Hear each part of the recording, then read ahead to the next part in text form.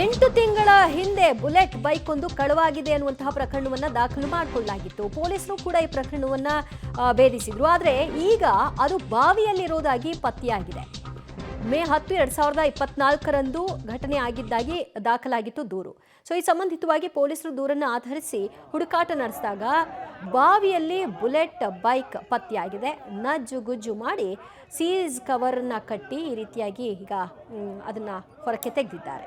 ನೋಡಿ, ಅಲ್ಲಿ number plate ಪುಡಿ ಮಾಡಿದ್ದಾರೆ ಕಳ್ಳರು. ಆದರೆ ಇಂಟೆನ್ಷನಲಿ ಯಾರೋ ಇದನ್ನ ಬೇಕಂತನೇ ಇಲ್ಲಿ ತಂದು ಹಾಕಿರೋ ಹಾಗೆ ಕಾಣಿಸ್ತಾ ಇದೆ ಅನ್ನೋದು ಪೊಲೀಸರ ಅಂದಾಜು.